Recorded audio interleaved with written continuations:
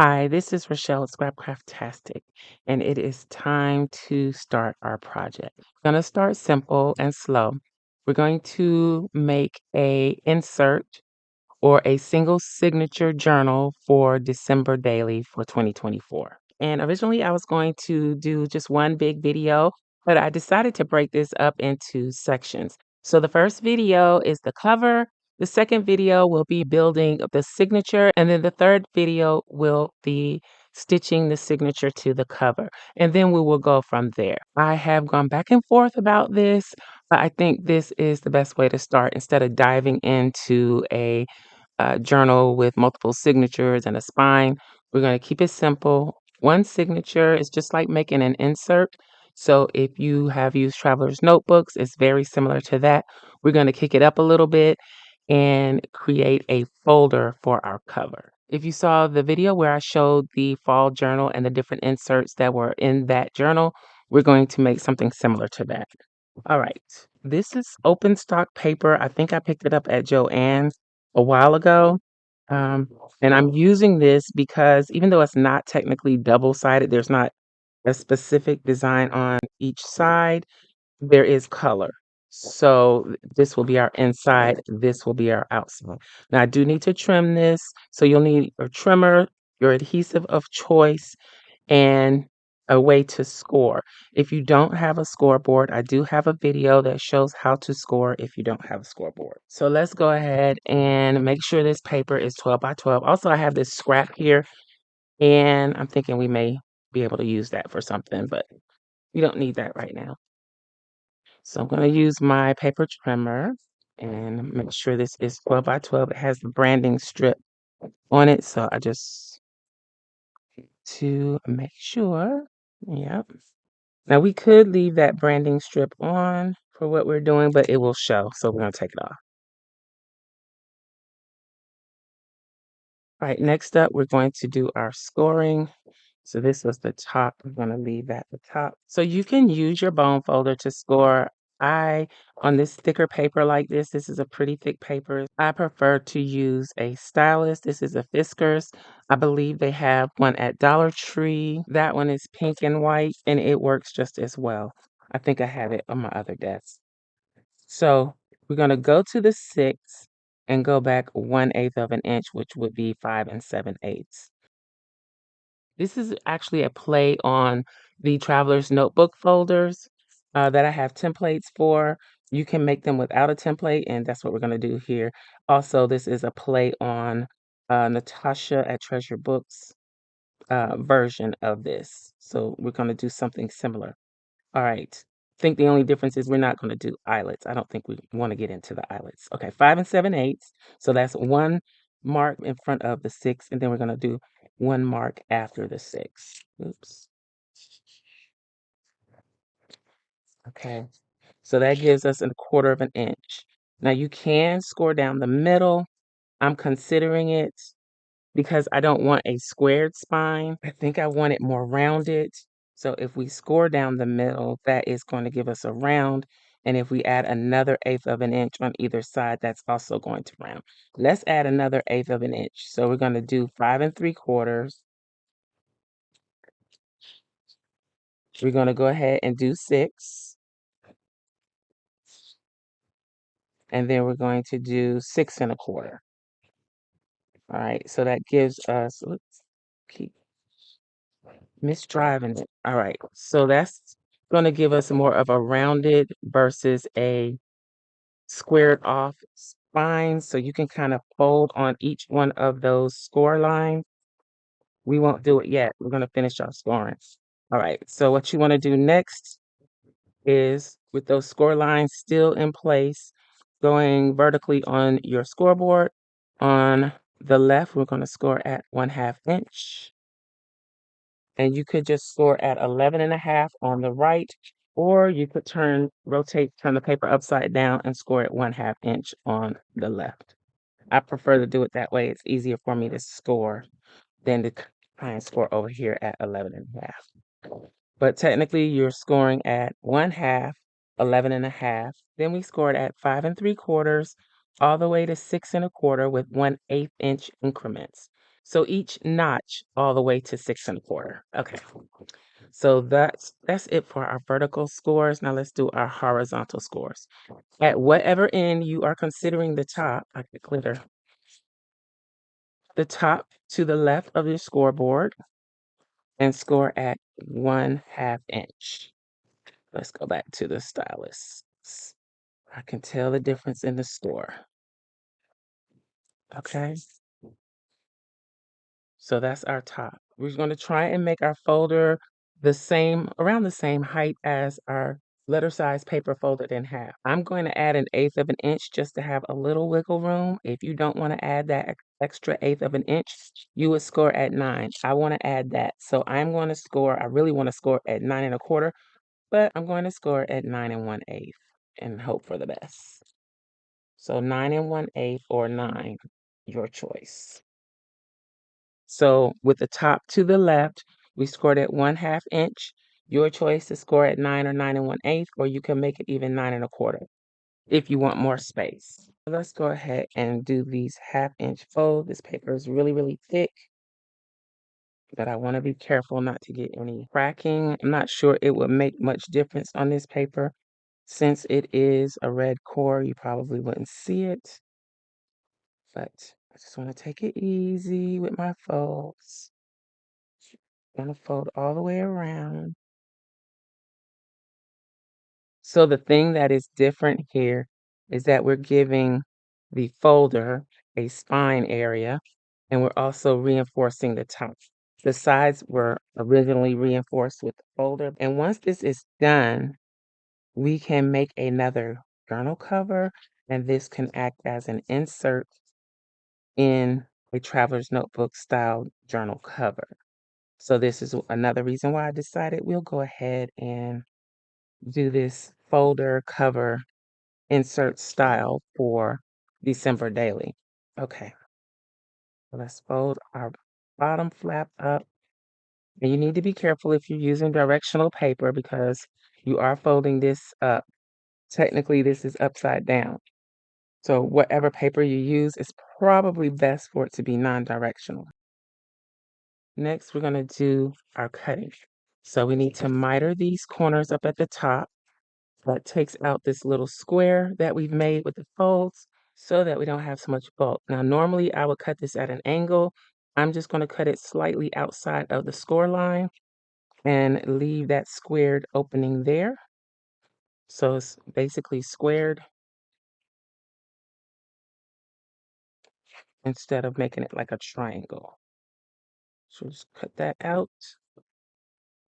Then we are going to cut the bottom 2 flaps off on the outside, the 1/2 inch, again, slightly inside the score line, slight angle.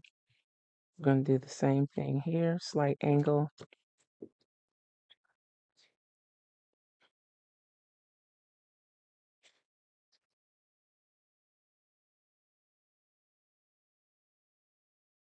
Slight angle inside the score line. Okay. Now we're going to cut out a notch in the center for ease of folding. I'm going to use a pencil to mark. You can just eyeball this, but I prefer things a little more precise. So we have here in the middle, I'm not sure if that's going to show up. How many score lines? We have 1, 2, 3, 4, 5 score lines. So we're going to, I'm going to do it on this side. I can see it better. I'm going to find that middle score line. Just put a little tick mark right there where the scores cross where the pocket score is. And then I'm going to use my ruler and connect that dot to the outside score line. I'm going to do the same thing on the other side. I'm going to line up the ruler with the little tick mark of the middle score line, and then the other end of the ruler with the outside score line on the left. So that gives us a little triangle there, hopefully that shows. And that's where we are going to cut this notch out. Now we may end up cutting more than that out The score lines do show. Hmm. But we could burnish those out, or it may not even really matter. If you wanted to, you could just cut the whole rectangular area out. I didn't think that through as far as the scoring, but you can also come back and kind of buff those out if you want to. We're not gonna worry about it because it's probably going to get covered. All right. So now I'm gonna try and spruce this up a little bit before I glue everything down and round some corners. I don't know if this is gonna work since this is cut at an angle, but we'll see. Try to. Works a little bit. You just kind of have to position it correctly. You can also just do it with your scissors. Let's try the We Are Memory Keepers corner rounder. It worked a little bit. So we got a little rounding on there. Again, you can just do that with your scissors. And it's not really necessary. I just wanted to do it to make it look a little neater. All right. Also, here's more cutting. I forgot. We need to cut the notch out where the score lines are in the center at the top. So I'm just going to cut the outside score lines and cut those 4 lines out, 5 lines. Cut the outside, turn it over, and trim it evenly. And I'm going to round these as well. This is definitely not the best method of rounding, but I always want to make my tools do what they're not supposed to do. So let's try this again. That works better if I fold it and then round it. Okay. So this is the shape you should have, or something similar, depending on the details that you choose. Now, when I've made folders in the past, I've cut a notch here to allow for more space in the pockets. I'm not going to do that this time because we want the pockets to be nice and tight. And that's just an added step that we don't really necessarily need for this. So we are going to just go ahead and glue these side flaps down. You can use double-sided tape or glue or a combination of the two. This paper is quite heavy, so I am going to use Fabri-Tac, and I'm thinking I should probably use double-sided tape and Fabri-Tac. Let's see what happens. That way, we won't have to put so much glue and worry about seepage. Should I have rounded these bottom corners? Since they will be exposed, let's do it. Again, all this rounding stuff, you don't have to do that. That's just like a cosmetic thing in this case. It's not really necessary. All right. I'm going to take this and burnish. Tape down. This helps when you burnish it. It helps when you're lifting the backing off so that the whole piece of tape doesn't come up. You just want the backing to come off. If you don't burnish a lot of times, the whole piece of tape will start coming up. This is also where I use my pokey tool or awl. And I'm going to add just a little bit of glue to help hold this in place. Because I didn't do the notch here, it is going to limit the width of the pocket. You won't have the full width, but it's also going to make it for a tighter pocket so that hopefully everything won't just fall out of your pockets, and make sure that that outside edge is as sturdy as it can be. Again, this is paper, so we want to make sure that it's not going to fall apart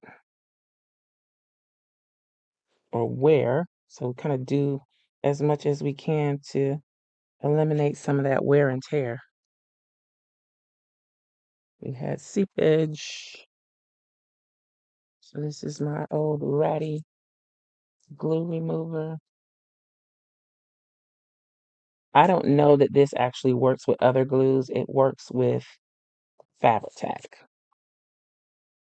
See, this is pulling up over here because this paper is so thick. So let's burnish that down. Make sure that glue really gets stuck into the fibers of the paper. All right, I'm gonna add my tape on the edge up top. Burnish, burnish, burnish.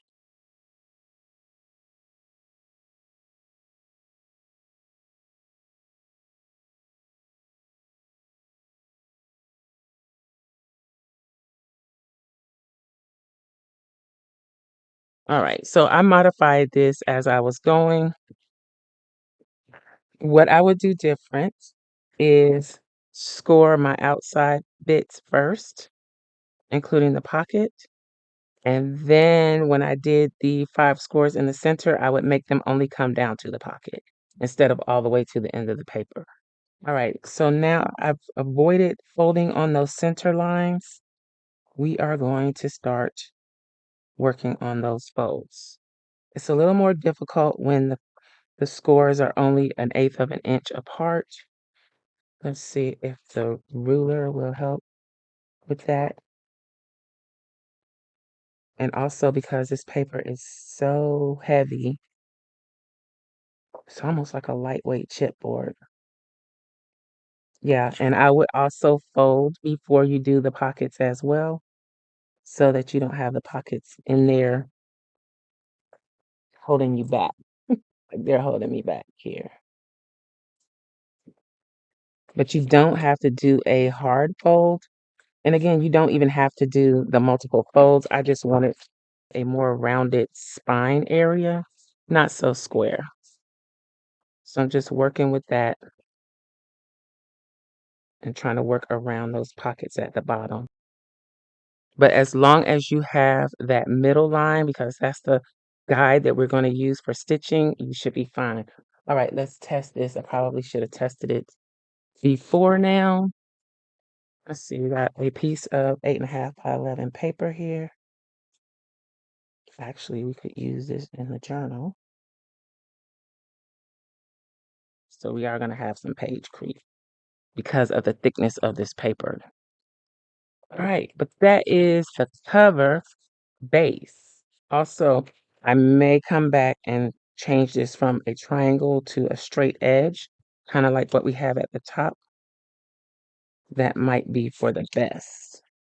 There's so many options. You can customize and create these however you want to do it. If you know how to make the base folder for a traveler's notebook, you can make this whatever you want it to be. So after much consideration, I have decided to go ahead and cut this straight. I don't know how well this is going to work since it's already put together or if I'm making a mess, but I'm just going to go for it. I have the score line to guide me. So let's just do it. I probably should use smaller scissors, but I'm notorious for not using fussy cutting scissors to fussy cut. I just prefer these. Okay. So that way, when I put my signatures in, I can get that rounded effect that I want. And to reinforce this, I'm going to be true to myself. I was trying not to get too junk journally on you on this first go around, but I got to do what works for me. So we're going to get a little junk journaling with this. What I can do, because I was concerned about the spine area being a little weakened. I'm going to use some fabric to reinforce the spine area. Let's burnish all of this down, make sure it's nice and flat. So I did go ahead and cut the rest of the score lines out. Let's see, do we need to round this again? Probably not. Oh, a little bit. Okay. I think that gives it a cleaner look. We're still gonna have page creep, but there's nothing we can do about that because there's no way we can make this wider and have those reinforced side. Okay. So I am happy with that. I was going through some of my old things that I made and I found this, which was a double pocket envelope. This is something that I would have used in a traveler's notebook. And I think this is personal size. So it was made for a personal size traveler's notebook. The template for this should still be on in the shop on my website at Scrapcraftastic. So we're going to use that. Here's some more things that I want to use in here. This is, I think, a freebie. Still, this is something I made so long ago, I can't remember. But I will try to link to what I can in the description box below. I know I released this to Scrapcraftastic patrons a few years ago. It is a blank calendar grid. I think if I trim this down, this can fit in one of the pockets, or it can be glued down to a page, or it can be a flip out. So we're going to use those two things. I was going through some of my old files and found that I had a cut file of these candy canes that I created. I made these digitally. I didn't hand draw them. I drew them with the computer. So I'm going to use those. And yes, I know they have a huge offset, but that was back when I first learned how to use the silhouette. And yeah, I can trim that excess off. If you're interested in the file for this, let me know in the comments below. So this is a planner from Isis Ella Jewels that I did not finish using. So I have weeks in here that I can use as planner pages in this journal. So I may take the stitching out of this. This is stitched, and use those empty pages, okay, as maybe making myself a small planner to fit in the pocket here, or actually stitch it in to the journal. I would definitely keep the cover pieces and use those for something else. This was on a planner from the Dollar Tree that was out of date, I think from 2022. So I just tore this off and put the rest of the planner in the recycle bin. Also, this has glitter and foil, and I don't think it can be recycled anyway. So I will use that somehow in this journal. So that's just some of the things that I pulled. For now, we're just going to get the basics done. So we got the cover. Now we need to get the pages. I hope you enjoyed this video. If you did, please give me a thumbs up. And you may be interested in this other video. Don't forget to check out part 2 of the series. Thanks for watching, and I'll talk to you later. Bye.